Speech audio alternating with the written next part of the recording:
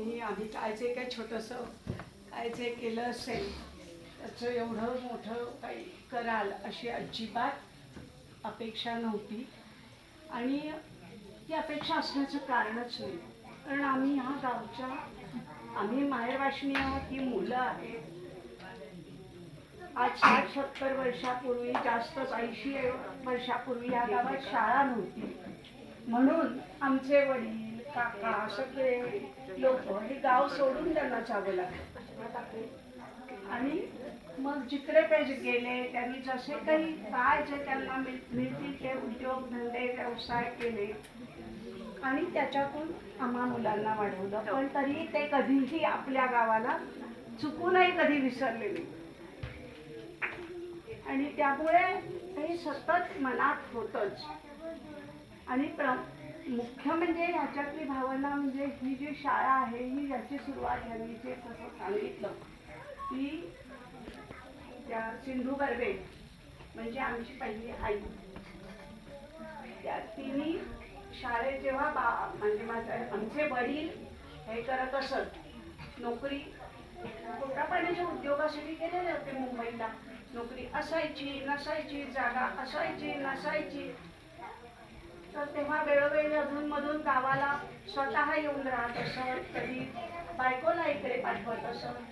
आणि मुंबईच्या मुक्कामात 7वी झालेली ती मुलगी तिकडेच त्यांनी शाळेत घालून व्हर्नाक्युलर फायनल तिला केलं.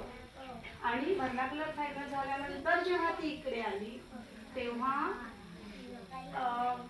बरेच महिने इकडे काही काळ ती इकडेच राहावं लागलं होतं तिला. वडील मात्र मुंबईत होते. त्या काळात आपल्या शिक्षणाचा उपयोग इथल्या मुलांना व्हावा म्हणून आमच्या घराच्या अंगणात तिने शाळा सुरू केली गावातल्या मुलांना बोलवून. आणि तेव्हा तिने ती शाळा चालवली बऱ्याच पुष्कळ काळ.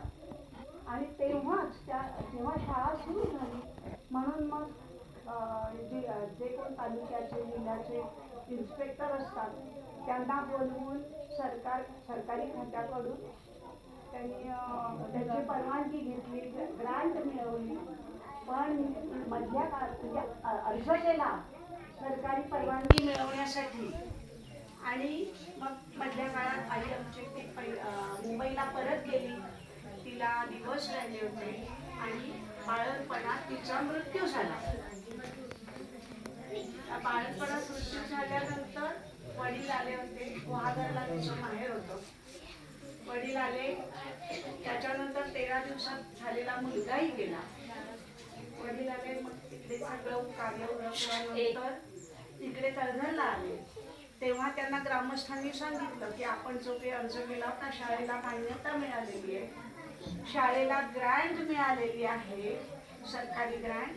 आणि किती वार्षिक 40 का 50 रुपये ती ग्रँट होती.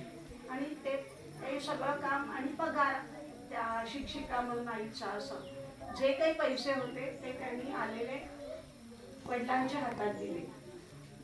वडिलांनी ते सर्व पैसे त्याची पुस्तकं घेतली आणि आपल्या स्वतःच्या पैशातून कपाट घेतलं आणि तेव्हा ते शाळेला दान दिलं. आणि माझे वडील पेंटर होते.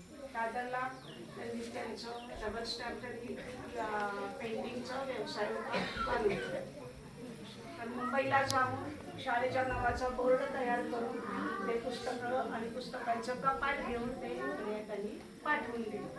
तर अशा प्रकारे त्यांनी ती सुरुवात केली की जे काही पैसे मिळाले आईला ते आई तर गेलेलीच होती, तिला पैसे मिळालेले ते शाळेलाच जाऊ दे म्हणून त्यांनी ते पैसे आणि काय आपली भर त्यांनी दिली. आणि त्यानंतर ते जेव्हा जेव्हा कधी इथे येत असत तेव्हा मुलांना तर अशी ही या शाळेची सुरुवात आणि आमच्या कुटुंबाची ह्या शाळेशी असलेली बांधिलकी. आणि हे वडिलांनी कधी सगळं लिहून ठेवलं. ते जवळजवळ 75-80 वर्षाचे असताना मी त्यांच्या मागे लागले म्हणून त्यांनी सांगितलं आणि मी ते लिहून घेतलं. ते जेव्हा स्वतःच्या आयुष्यातल्या काही घटना लिहिताना त्यांनी या घटना आपण सांगितल्या आणि त्या लिहिल्या आणि आम्हाला माहिती सगळं झालं. हे सगळं जेव्हा आपल्याला कळतं आणि वडिलांचं जे की वडील सगळे भाऊ अतिशय गरीब कायम तळघर बाहेर राहिले तरी गावची ओढ त्या लोकांची कधीही संपली नाही. त्यामुळे आम्हालाही अधूनमधून आम्हाला काय आमच्या मुलांना सुद्धा माझे वडील इकडे घेऊन आलेले होते.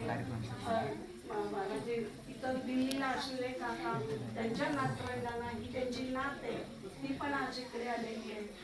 ते असे सगळ्यांना पुढच्या पिढीपर्यंत आपल्या गावाचं एक जे नातं असतं ते कधीही आमच्या वडिलांनी विसरून दिलं नाही.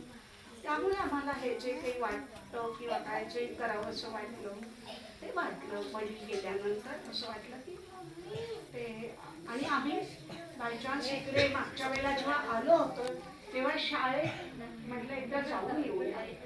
जी काही शाळा कधीतरी निर्माण केलेली होती ती एकदा कधीच बघितली नव्हती.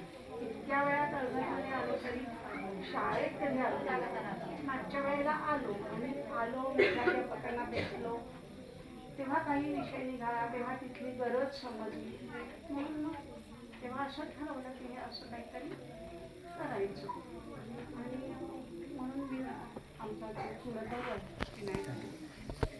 त्याला सांगितलं की असं असं बघ बाबा काय करता येते. कारण आम्ही ते इथे जवळपासून असतो. हा माझा भाऊ कॅनडात असतो, आम्ही पुण्याला असतो. आता पहिल्यांदा मुंबईला होतो.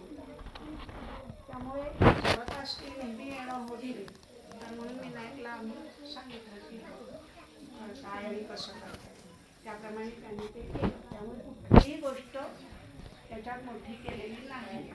तुम्हाला मात्र आता तुमच्या गावात स्वतःला शिकायला मिळतंय जे आमच्या वडिलांना आणि कोणा त्यावेळेच्या मुलांना मिळत नव्हतं.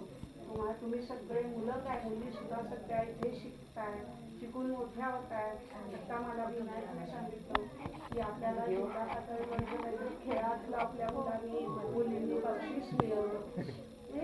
हे ऐकून पण खूप बरं वाटतं. एक तर आलं